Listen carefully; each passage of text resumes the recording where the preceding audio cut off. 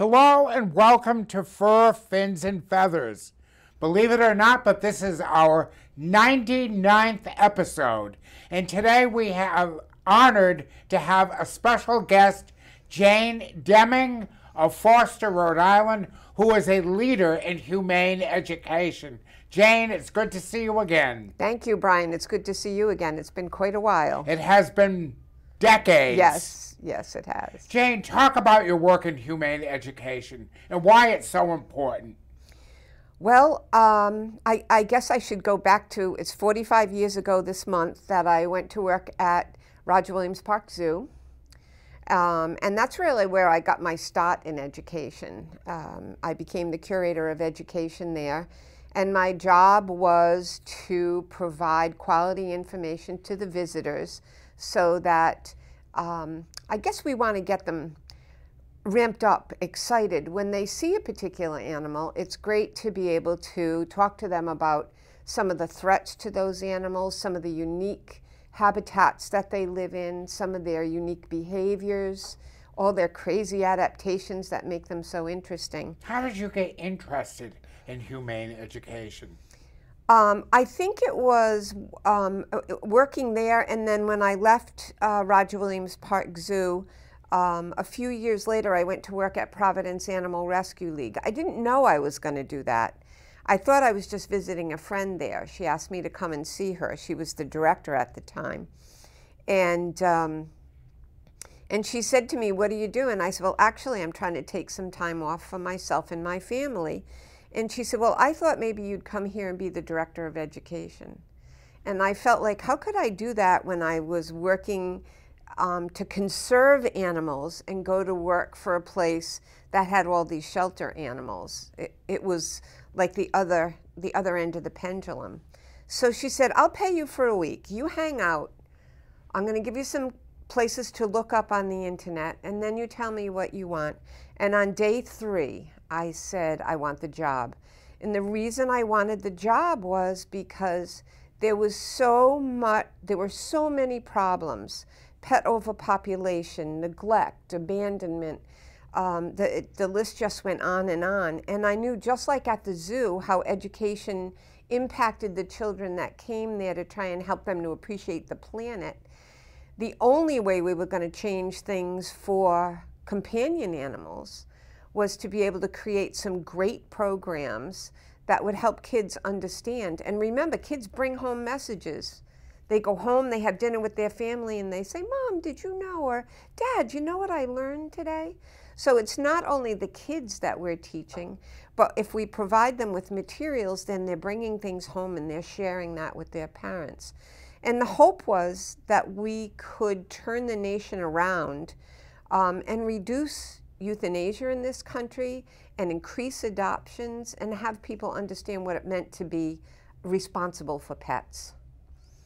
Not everybody is. Not only pets, but all animals. All animals. But in that genre, in animal sheltering, it was about companion animals. And to be able to see kids kind of turn the switch by teaching them about empathy. It's really great with young children. You can say to them, "Well, how would you feel?" Or I ask some really young kids, preschool and kindergarten kids, "Do pets have feelings?" And they all have kind of the same reaction. They say, "No." And then all of a sudden you see the light go on and the child will say, "Wait, my dog is sad when we leave in the morning to go to school." And so then we talk about animal feelings, and I try to compare it to how they feel. And I usually close a lesson by talking to the kids about being kind to each other, their parents, their teachers, their family, that we have to look out for each other. Empathy is so important. Well, and I do think it's the switch that gets kids really thinking about feelings. So I say to them, how would you like it if you built a great big thing with Legos and somebody came and knocked it down? And they're like, "Oh, I'd be really mad." So if somebody is mean to your pet, don't you think they would be mad? And I always ask, do pets have feelings? Or do pets feel pain? And they're like, "Yeah, they do." just to engage young children in that conversation gets them switched over almost completely into thinking from an empathetic viewpoint about animals and their care. I talk to them about being hungry, being tired, being abandoned. Being abandoned. Well, I don't talk to the younger kids. I don't talk about that much. The other thing that I learned in doing all of this was that there's two things that were really going to change the pet overpopulation problem in this country. And this was back in the 90s. I read that 20 million healthy adoptable pets were euthanized each year in this country because of pet overpopulation. For every child that was born, 7 dogs and cats were born. So the other thing I realized was we really need to bump up the spay-neuter programs and get people getting reproduction in control, that having a litter of kittens might be cute, but it's just compounding a huge national social problem. And so at Providence Animal Rescue League, one of the things that we did was build one of the first in Rhode Island clinics for spay-neuter. Today, it was 20 million in I think it was 1996 or 7. Today, it's less than 1 million. And that's still not an acceptable number, but look at what we've done in those years by... You're working in the right direction. Right, right. And we're not shoveling it against the tide anymore like we used to. It didn't matter how many people tried to rescue, there were just too many, there was just too much reproduction. And today, with less than 1 million, again, not an acceptable number, we've gotten it more under control. And hopefully one day I'll be working in a shelter and I'll answer the phone and say, no, we don't have any pets right now, but if you tell me what you want and leave me your number, we'll call you back. I would love to be able to see that in my lifetime. I've been doing this 45 years. You're new at it. Yes, yes. You work also for Animal Rescue Rhode Island. Yes. Talk about your work there. About 4 years ago, I have my own business, Jane Deming and Associates, where I work with shelters all over the place. I've done many in Massachusetts, Connecticut. I have a client in Lancaster, Pennsylvania. But a few years ago, they came to me and asked me to design a program that would be their kind of flagship program. Their director completely believes, and their board of directors, completely believes that humane education is one of the tools that we need to make sure that the community is aware of how to care for animals and what to look out for and what their responsibility is. So I started a few years ago. Toward the end of last year, we launched the program. Last year, at the end of the year, we saw about a little over 600 kids and about 100 adults with all different kinds of programs. Everything from, for little kids, I do a program that I created when I was at American Humane as their National Director of Education for 5 years. And I created a program called American Humane Kids, kids interacting with dogs safely. And they gave me that program when I left. And it's a great program because millions of children every year are bitten by dogs. And most, the CDC, I believe the number is, I don't have it in front of me, but I believe the number is either 74 or 76% of injuries from dogs occur with a familiar animal around the house. In younger children, it happens because they're unsupervised or because they've left the yard and gone on somebody else's property. And we need to prevent those injuries. It costs billions of dollars for the insurance agencies in payouts. Billions of dollars in payouts for dog bites that are preventable. And there are also deaths by dogs. So we need to get that under control. And the best way to do that is teach children how to think about what the dog is thinking. And the rules are so simple. We need to tell our kids, and we think because Bobo is a really great dog, he's not going to bite anybody. But that's not necessarily true. Under certain circumstances, he may be frightened or he may not understand what's happening. So we need to remind our kids, you don't bother a dog when they're eating, when they're guarding a toy or a treat. You don't interfere with them. The worst thing that a kid can do is just wake a dog up by touching it. We just need to whisper their name and they'll wake up. I remind kids that dogs and cats dream. And if you wake them up in the middle of a dream, they're going to be frightened. So and react. Yes. So reminding them things like that, not to tease animals. And most importantly, what kids don't realize, they think if you ask a group of kindergarten kids if all dogs are nice, unless a child in that class has had a bad experience, they all say yes, very innocently, because they don't know any better. So what we want to do is talk to them about how to behave so that they won't get injured, and hopefully teach some parents along the way, because we give them the kids take-home messages and packets that they can share with their parents, so the parents know what to do. Talk about your recent program last week. On Saturday. On Saturday, I was at the Narragansett Library for Animal Rescue Rhode Island, and I was doing a program called Careers with Animals. We opened it up to middle school and high school. We had 30 attend, which is wonderful, including high school students that were considering veterinary school, which is really important. The ownership of pets has grown exponentially in this country. As evidenced by our show here. Yes, and the number of veterinarians has not. And so that's kind of an issue. It's really hard. If you just want your pet to get a rabies vaccine, you have to look for a rabies clinic, because many of the veterinary offices in this area don't have appointments for months. So I encourage kids to go to veterinary school. It's no easy project. It takes a long time. I've always advocated for a veterinary school in Rhode Island.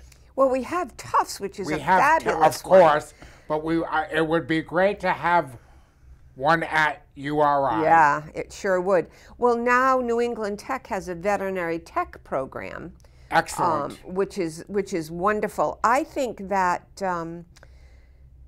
I think when kids are growing up or they're thinking about careers with animals, they don't know the broad range of opportunities there are for them. I've had several guests on the show here who have come from Bristol Aggie, from Norfolk Aggie, and they've talked about their programs. Yes. And they have wonderful resources for kids that want to become animal practitioners of some sort. Kind, yeah. So I talked to them about the fact that it's everything from being a dog groomer, a dog walker.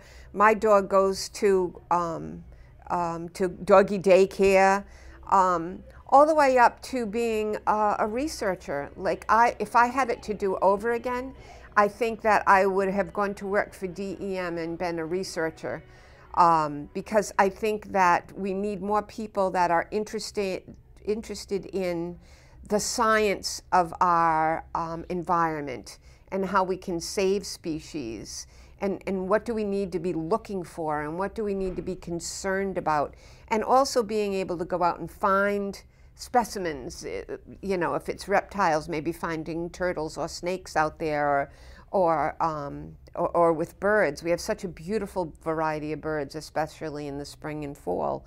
So I want kids to know, because if you ask kids about jobs with animals, they very often say, oh, yeah, but I could never be a veterinarian. And there's so much more than that.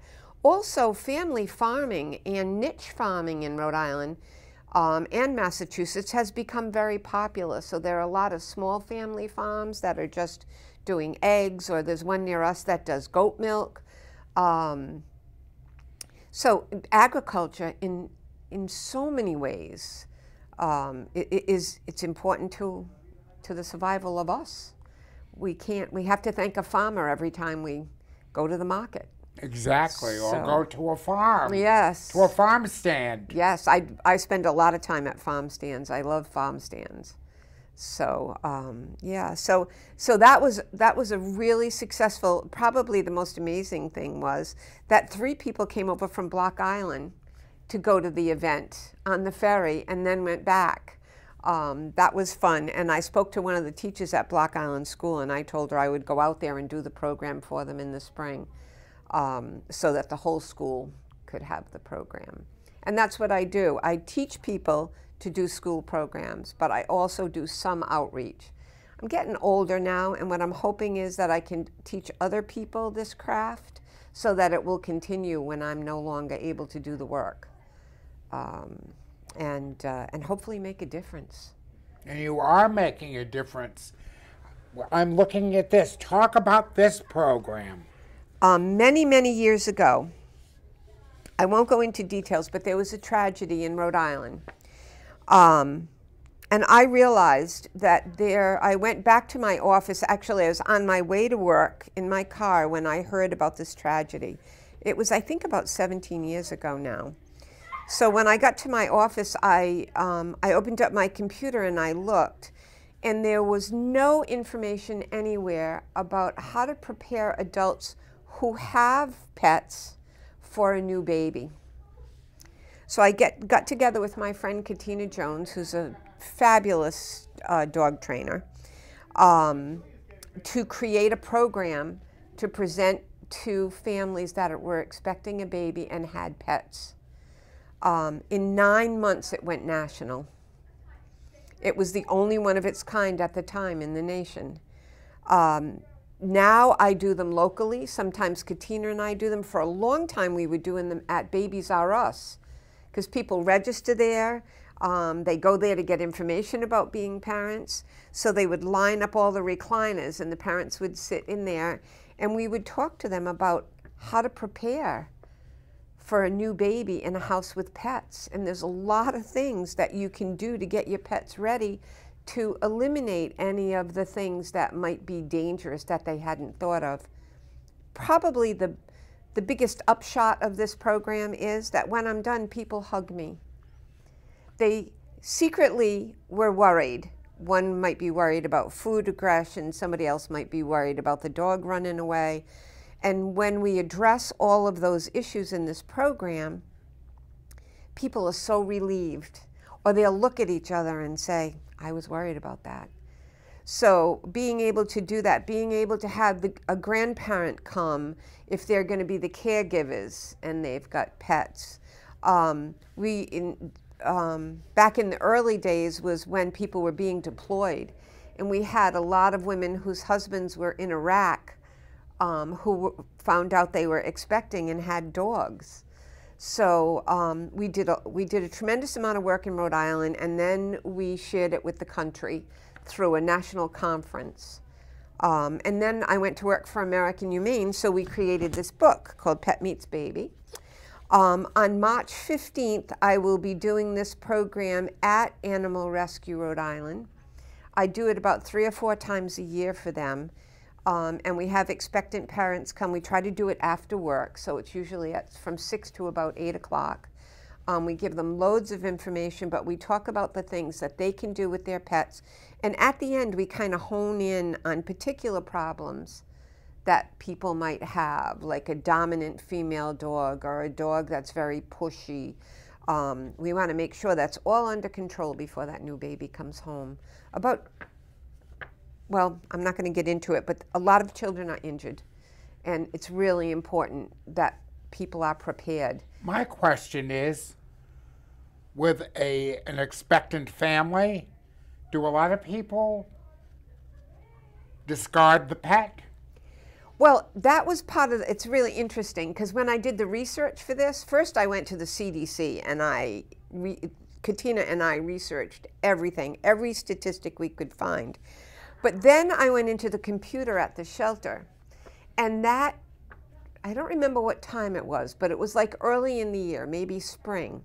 We had already taken 16 cats that were turned in by expectant mothers who were worried because of old wives' tales about toxoplasmosis, which if your cat has toxoplasmosis, you can't have a clean litter pan. It takes weeks for that to grow in a litter pan. And so if everything is clean and someone else is cleaning your litter pan, it's the tiniest of possibilities. We want to talk to people who do have reptiles, because reptiles can carry salmonella. So there's sanitation steps that need to take place to make sure that the child is safe. But I found 16 cats that year, and then I looked, and there were several dogs that were turned in because they were young and rambunctious. The baby had come home, and it was just too much for the mother. Remember, everybody surrounds the new mom and the baby, and then everybody disappears, and she's home for 6, 8, 10 weeks with a newborn baby by herself. So if you always had a couple of dogs that were your babies, and suddenly you have this little helpless thing, you need to be prepared, and you need to know what to do to keep them safe. So if anyone is interested in that event, it's March 15th, and if you go on, it's animalrescueri.org, you can actually register for that class. And we're always advertising when we're going to do a class, so they can always double check or ask when the next class is. But I'm very proud of this project. It was the first of its kind in the country, and it was, our timing couldn't have been better to do this. Now talk about, I'm going to give you a little plug. Talk about the things that you do in your company. Well, I'm a consultant for animal welfare, so I work with animal shelters. Sometimes an animal shelter will be going through a dynamic change, the loss of a director, or a problem that they've had in the community, and they just want to reorganize. They want to do things better. I work with a shelter that's basically a pretty new building. They were just a rescue, and now they're a physical building with the shelter. Where is that located? That's East Greenwich Animal Protection League. It's called Heart of Rhode Island, and it moved from East Greenwich to Cranston. Okay. And they've had a lot of growing pains because they're dedicated to their work and their animals, but learning to be a shelter from a rescue was a lot of work. So I've worked with them quite a while. I've written a lot of grants for them. Sometimes I'll volunteer to write grants for organizations that I think are worthy or that are struggling, but they're great organizations. I worked in Westerly for Stand Up for Animals. I trained their person to be an outreach educator. So I did that this summer in Westerly, and Stand Up for Animals is partnered with Westerly Animal Control. So I did a lot of work with them. I can help them with things like getting staff organized and having kind of an organizational chart. Do they have a really good mission statement or a good vision of what they want to be? Are they prepared for the changes that will come as they grow? And also, how to manage staff.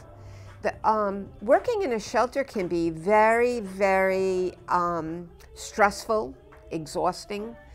You have to have a cheerleader at the helm. When I go to work at Animal Rescue Rhode Island, their director, Liz Scrobish, is a cheerleader. She trusts everyone to do their work. She supports them in what they do. So when you go in there, what my favorite thing about it is when people go in, they go, "It doesn't smell like animals in here." She runs a good ship. And it makes people happy to go there and be able to look at the pets. Depending on where I go, there's different needs.